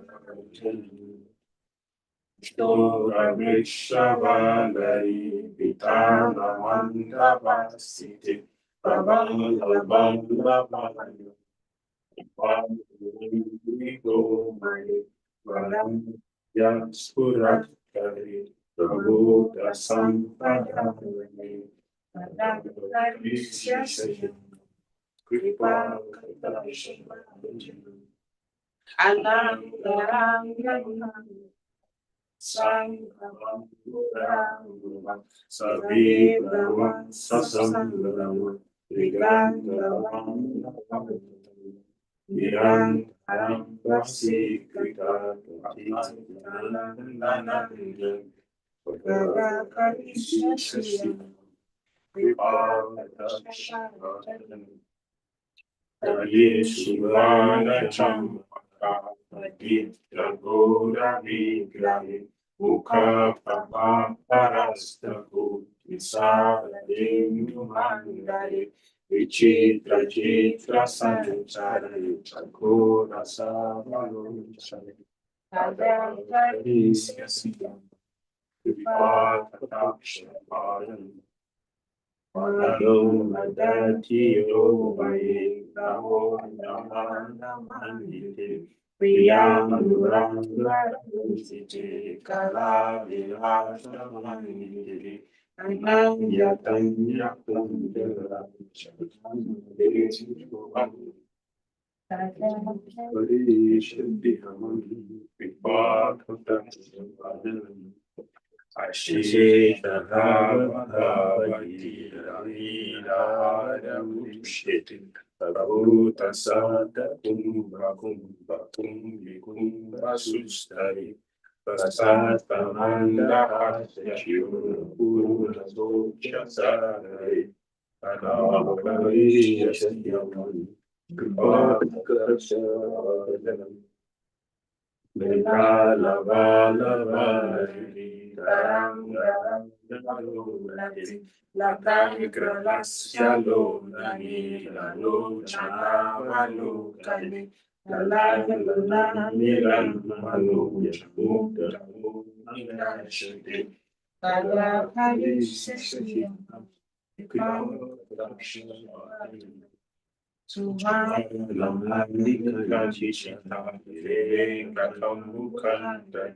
Rasuta mangali guna dirana di Salora nila kundala prasona gushamiti Padakarisha siyamam Pagataksha pajanam Bimbalam Brahma Pushpamekara Gune Prasaratna Kinkini Kala Pamadya Manjuli Karinga Sundarantika Baru Aso Baru Viti Paramakarishya Seham Vipakashya Vajanam Aneka mantrana manju murara vasalat sajaraja hamsavam sani panati lorami vilola hema valani vidam vicham chankami tada karishya sivam kripa patatya vajanam Ananta Koti Vishnu Lokanam Padmajachite Imandri Jabulu Vajagiri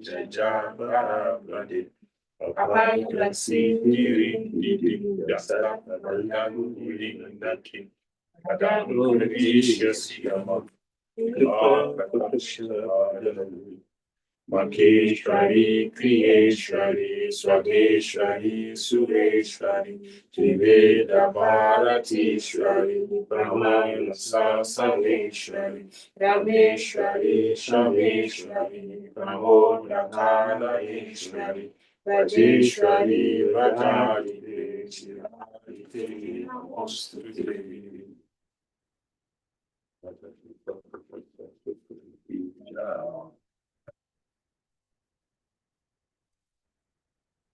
Shri Krishna Kripa Kataka Savaraja Ki Jai.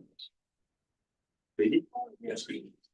Bhaje Brajai Kamandana Samata Papa Kandana Swabhakta Chitaranjana Sadaiva Nandanandana Subicha Bhucha Mastakam Sunada Venu Astakam Anangaranga Sagaram Namadi Krishna Kagaram Mado Jagarva Mochanam Ishala Bala Chandan Suprita Vasya Shobhamam Namami Padma Lochanam Vinda Bhushanam Smita Sundaram Mahinda Manadaranam Sarami Krishna Balakam Adnam Vasuni Kundala Sucharu Ganda Mandala Pradanganaika Vadava Navami Krishna Durava Yashodaya Samodaya Sakopaya Karani Dukale Sudusa Namami Nandanam Navina Gopananga Navina Kilisagara, Navina Vega Sundara, Vajay Vajaika Mandira, Sadaiva Pada Pankaja, Vajaya Manase Nija, Adami Nanda Balakam, Samasta Bhakta Balakam, Samasta Gopanagara, Tigram Bujaika Mohana, Namami Kunjanadakam, Asuna Vanu Shubhanam, Trikanta Kanta Ranjanam, Srasadaini Sanginam, Dine Dine Navan Navan, Namami Nanda Sambhavam. Nakaram Sukakaram Kripakaram Shubhakaram Tvaya Sukha Padayakam Namami Premanayakam Samasta Dosha Shoshalam Samasta Bhakta Doshalam Samasta Dasamalasam Namami Krishna Lalasam Sri Gandasharushaya Namami Premanayakam Kama Kama Gayakam Namami Venugayakam Mahabhavanitayakam Bhakti Dhira Damodara Swami Kishurakam Namami Dutta Samasta Mudda Gopika Maloja Kamadayakam Damami Bhakta Vadanam Kadi Priyam Janadanam Ishora Kantiranjanam Shobitam Trikanjanam Kajendra Moksha Karinam Namami Lokasanam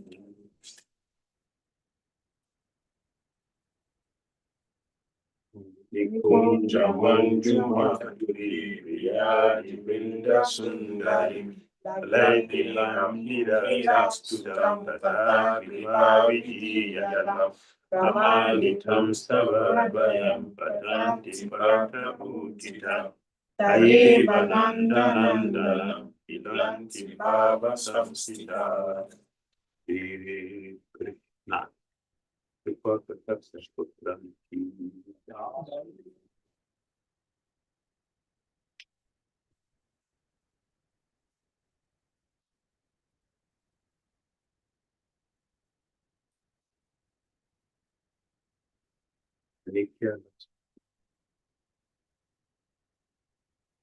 Pramudita Murari Prema Bhati Smarari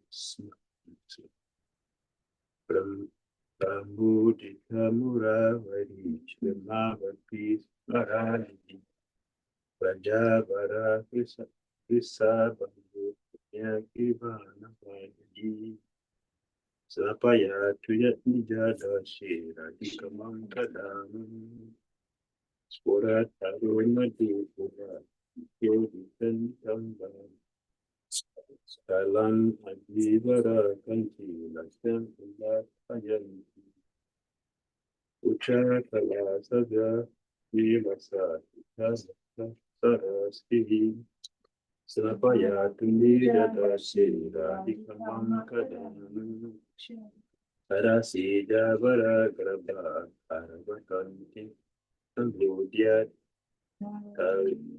Taruni Magana Saneshrista Aishwara Sigun Taravita Sita Asha Janvivi Bada Kanata Snapaya India Dasi Radhika Makaranu Adita Tulada Kalala Kalila Rajani Pati Kumaran Viksha Sankakulakshmin Madhura Medura Chubi Samsuta Desha Pandyam Snapaya Tuniya Dasi Radhika Makadanu Raja Gurama Ilana Rana Buddha Kilanam Pasupapati Kiniyan Krishna Bhat Prema Patram Sulalita Lalitanta Sneha Fulantarama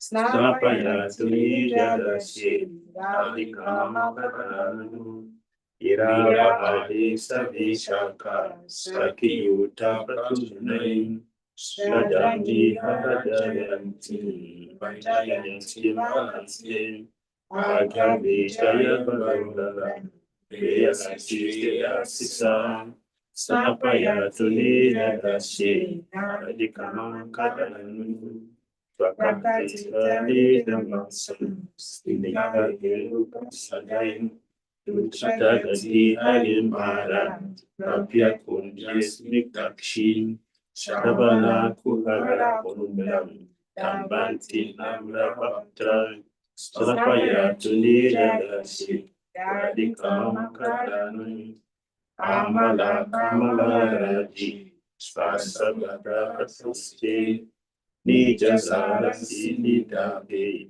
Saya Mula Siniyam Parijana Gana Yukta Kridayanti Bhakarim Srabhaya Tunija Rashi Adipamam Paranam Paradati Bimala Cheta Vistarada Sakanya Parihrita Nikilasha Santati Kadarasan Patupa Pati Kumbala Kama Muditasan Nijadasana Kana Madye Adhikara Sankoti.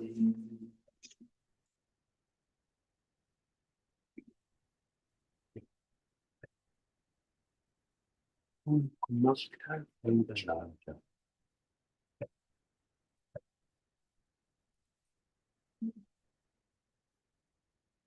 Ready?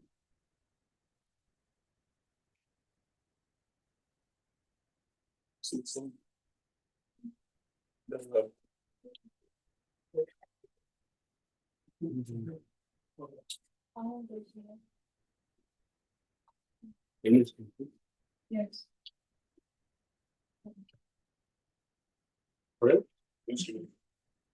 Kung Kantancha Kava Hari Goravan Vitanam Chitra Chakanda Kiritin Indi Suravan Vala Vesha Sanu Sarva Panchitata Sadikam Vayam Mahamata Padman Dasha Dashuradikan Kora Vinda Kantinindi Chita Padadikan Krishna Mata Vinda Keli Uda Pushpa Vadikan Krishna Nitya Sangamata Padma Bandhuradikam Payam Atma Pada Padma Dasya Suradikam Shokumaria Sista Pala Bali Kiti Graham Chandra Chandam Malali Sevya Sita Vigraham Swati Marasa Pada Visha Kama Tapa Vadikam Maya Matma Pada Brahman Rasha Dashuradikam Vishwabandya Yobatavi Vanditaviyaram Rupanada Yoganadi Sampadana Vatanam Silaladalayacha Sayatu Sinadikam Maya Mahatma Pada Padman Suradikam Rasalasa Gita Naman Satkalali Panditam Prema Ramya Rupa Visa Satmanadi Manditana Vishwanadya Rupa Yoshi Palitu Priyadikam Maya Mahatma Pada Padman Dashada Suradikam Vijanadya Rupa Devi Krishna Bhava Sampada Krishna Raghava Rupa Yoga Deshikam Pada Krishna Rupa Veshakeli Lagna Sasadika Maya Matma Pada Padma Dasya Suradika Shveda Kampa Kanta Kashu Gadadadi Sanchita Macha Harasha Vamataji Baba Kusala Chitam Krishna Nechato Sirana Manana Lighadikam Maya Matma Pada Padma Dasha Suradikam Yatagarata Krishna Viva Yoga Sattva Nekadainya Shapaladi Bhava Vrinda Moditam Yagna Labda Krishna Sangha Vigata Kiladikam Madhyam Atma Pada Padma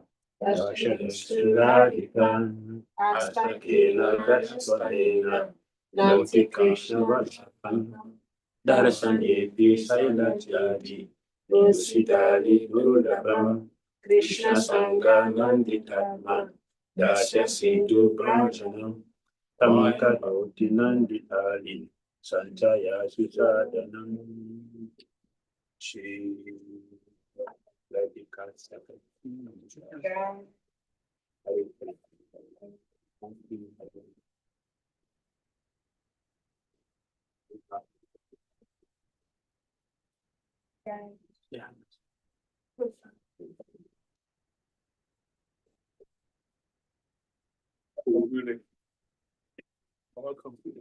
Thank you.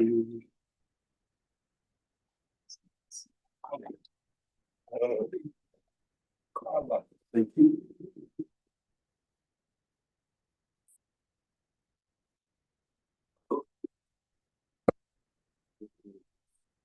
Hare Krishna, thank you, dear duties.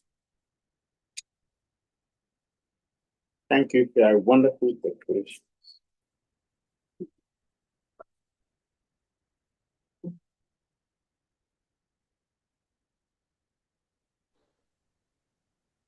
Hare Krishna. Thank you, Srila Gurudev.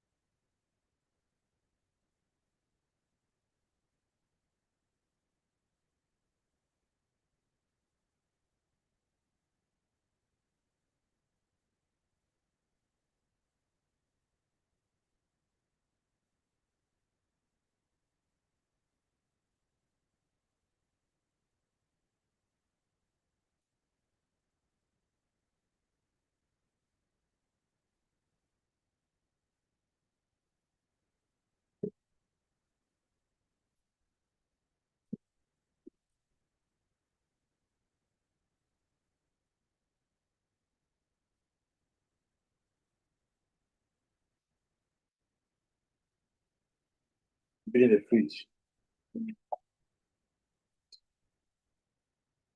Hare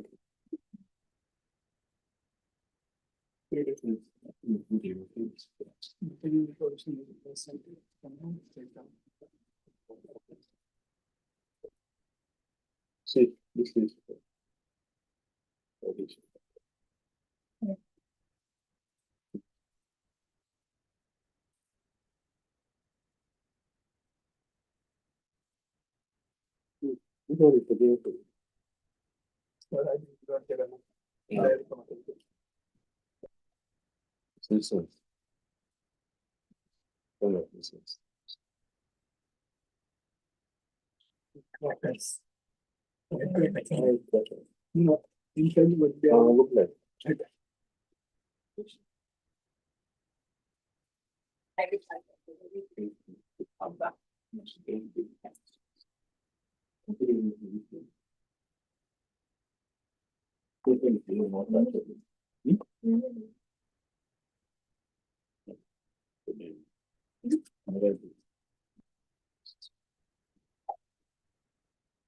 Hare Krishna.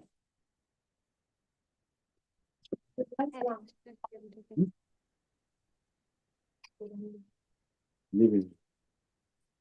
Yeah. Okay. See you later. Gurudev. Hare Krishna. Hare Krishna, Srila Who is Gurudev. Hare speaking? Krishna. Hare Krishna. Hare Krishna, Srila Gurudev. Thank you.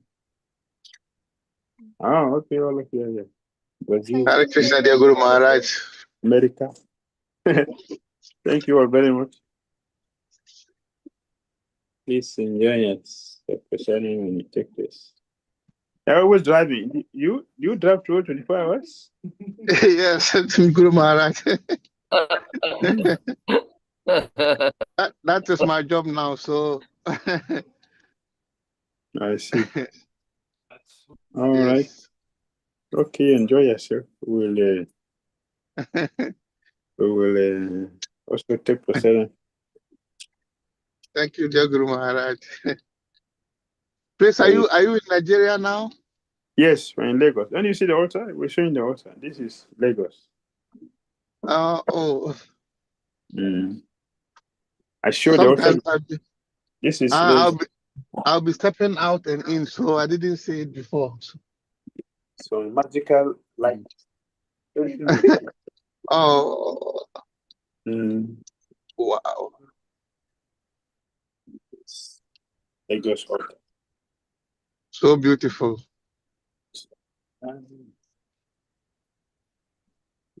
Okay. We'll have Damodara second. Only Brazilian when Indian will be sleeping. So you can join it tomorrow morning or play it afterwards. I wanted to, especially Brazilian, to see the difference between here and so you can understand what we're talking. Hare Krishna. Hare Krishna, dear Guru Maharaj. I want to take prasad. Hare Krishna. Hare Krishna. Thank you so much, everybody, for joining me and for your enthusiastic participation. We'll join in Srila Gurudevan sometime for the Damodara Ashtakam. Thank you so much once again for being together, and we'll continue the festival of Krishna consciousness with Srila Gurudev in Lagos also.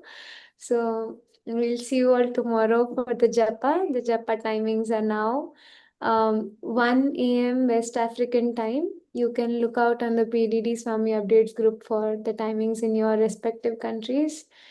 And after that, in the evening, Srila Gurudev's afternoon, we'll have the Radhashunya class.